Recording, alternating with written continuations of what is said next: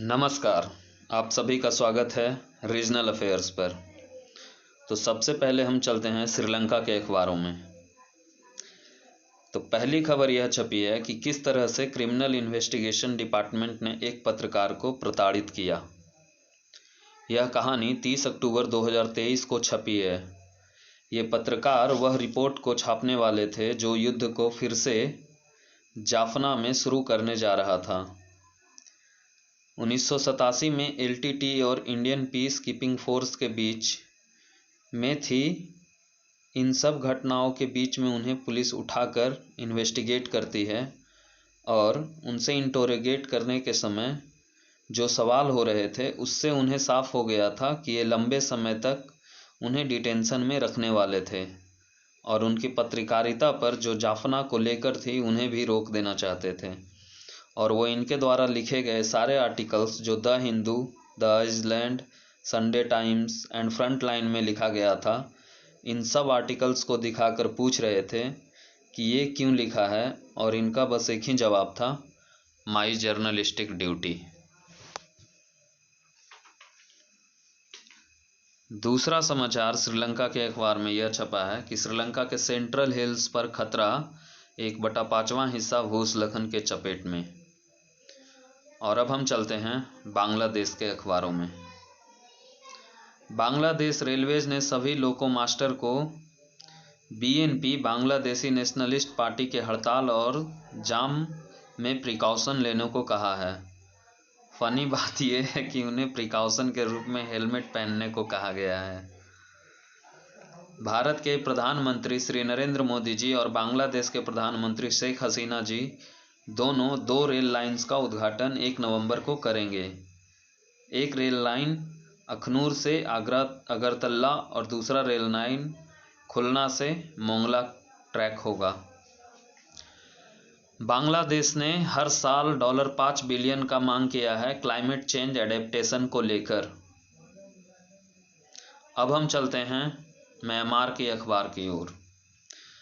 Myanmar शासन ने कहा कि उसने पूर्व सूचना मंत्री को गिरफ्तार कर लिया है। उन पर आरोप था कि वो मिलिट्री को लेकर गलत जानकारी फैला रहे थे। एथनिक अलायंस के हाथ में चाइना और म्यांमार के व्यापार रूट की चाबी दिया गया, जो कि युद्ध में जुंटा के खिलाफ हैं। उत्तरी शान राज्य में हसनई शहर में लड़ाई जारी रही to gain the control over trade route to China. 95 लोगों को गिरफ्तार किया गया स्कैम ऑपरेशन छापेमारी में यंगून में। म्यांमार जुंटा ने घोषणा किया कि घोटाले के नाम पर उनके बहुत सारे लोग अरेस्ट किए गए हैं। म्यांमार जुंटा के रक्षा मंत्री चाइना के उच्च सैनिक अधिकारी से मिले। Myanmar national democratic alliance army Myanmar junta के कैंप को सीज करने के लिए अभी भी लड़ाई जारी रखी है। अब हम चलते हैं चाइना के अखबार की ओर। शेनझोउ 16 के सदस्य सुरक्षित तरीके से धरती पर 5 महीने बाद आ गए। चाइना के गैर निर्माण क्षेत्रों ने अक्टूबर में बढ़त को बरकरार रखा। शांक्सी राज्य को नया पार्टी चीफ टांग देंगजी के रूप में मिला। क्षेत्रीय देशों के साथ चाइना अपने रिश्ते मजबूत करने में लगा हुआ है। प्रीमियर ली क्यांग ने सेंट्रल एशिया का दौरा पूरा किया। शेनझोउ 17 के अंतरिक्ष यात्रियों ने तियांगोंग में सहयोगियों के साथ ज्वाइन किया।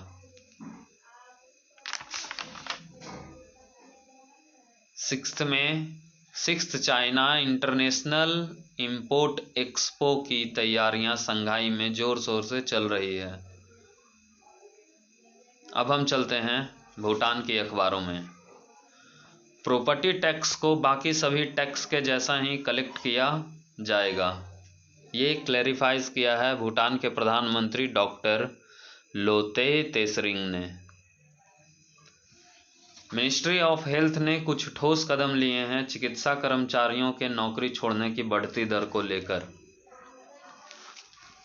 6 नए फेरोसिलिकॉन प्लांट नाखुंगगांग में 2025 तक पूरे किए जाएंगे। अब हम चलते हैं नेपाल की अखबार में। नई टर्मेरिक मसाले की खोज की गई नेपाल में। एंटोनियो गुटेरस ने नेपाल के नेताओं से मिले, साथ में वो माउंट एवरेस्ट के बेस कैंप पर भी गए। नेपाल कोराला बॉर्डर को फिर से खुलने का इंतजार कर रहा है, चाइना अपने तरफ इंफ्रास्ट्रक्चर बना रहा है। कलैया में स्कूल प्रिंसिपल को गोली मारकर मौके पर ही मौत। मुगू केस में पुलिस गहन छानबीन कर रही है और वही आदमी ने अपनी वाइफ और बच्चों की बॉडी लेने से इनकार कर दिया है। संघीय ढांचा से जुड़े डिस्प्यूट केस को लेकर सुप्रीम कोर्ट में मामले बढ़ते जा रहे हैं। बागमती राज्य ने आरोप लगाया है कि केंद्र ने अपने पावर का गलत इस्तेमाल किया है ट्रांसपोर्ट मैनेजमेंट को लेकर। अब हम चलते हैं पाकिस्तान के अखबारों में। मनोवैज्ञानिक थ्रिलर इन फ्लेम्स पाकिस्तान का आधिकारिक फिल्म है जो 2023 ऑस्कर के लिए नामित की गई है। मुख्य चयनकर्ता इंजमामुल हक ने अपना इस्तीफा दे दिया है। भुगती ने कहा डिपोटेशन फेजेज में किया जाएगा और इच्छुक लोगों को बढ़ावा दिया जाएगा। खैबर पख्तून, सिंध और बलूचिस्तान में special anti polio vaccination campaign को बंद कर दिया गया है। पाकिस्तान तहरीके इंसाफ के 2 और नेताओं ने पार्टी छोड़ी। अब हम चलते हैं अफगानिस्तान के अखबारों में। अफगान शरणार्थी को लौटने को लेकर जो चुनौतियां होगी उसे लेकर हाई कमीशन ने मीटिंग की। उज्बेकिस्तान के डेलीगेशन ने काबुल का दौरा कर ट्रेड एंड ट्रांजिट के इशू को लेकर संबोधित किया। जापान ने अफगान के शिक्षा क्षेत्र में सहयोग देते रहने का वादा किया। अब हम चलते हैं मालदीव्स के अखबारों की ओर। इस व्यक्ति को पता नहीं इंडियन आर्मी से क्या दिक्कत है, जब देखो तब इंडियन आर्मी आउट आउट चिल्लाते रहता है। तो खबर यह है कि नए राष्ट्रपति डॉक्टर मोहम्मद मुइज़्ज़ू चाहते हैं कि हर एक इंडियन मिलिट्री पर्सनल को यह अपने देश मालदीव से बाहर निकाल देंगे। और दूसरी खबर यह है कि अब्दुल्ला यमीन जो प्रोग्रेसिव पार्टी ऑफ मालदीव्स के लीडर हैं, उनका कहना है कि अगर इंडियन सोल्जर्स नहीं हटाए गए तो हम रोड पर निकलकर विरोध प्रदर्शन करेंगे। इन 2 खबरों से ऐसा लगता है कि जैसे वहाँ की राजनीति का केंद्र इंडियन सोल्जर्स ही बना दिए गए हैं और कोई मुद्दा ही नहीं बचा है उस देश में शायद। थैंक्स।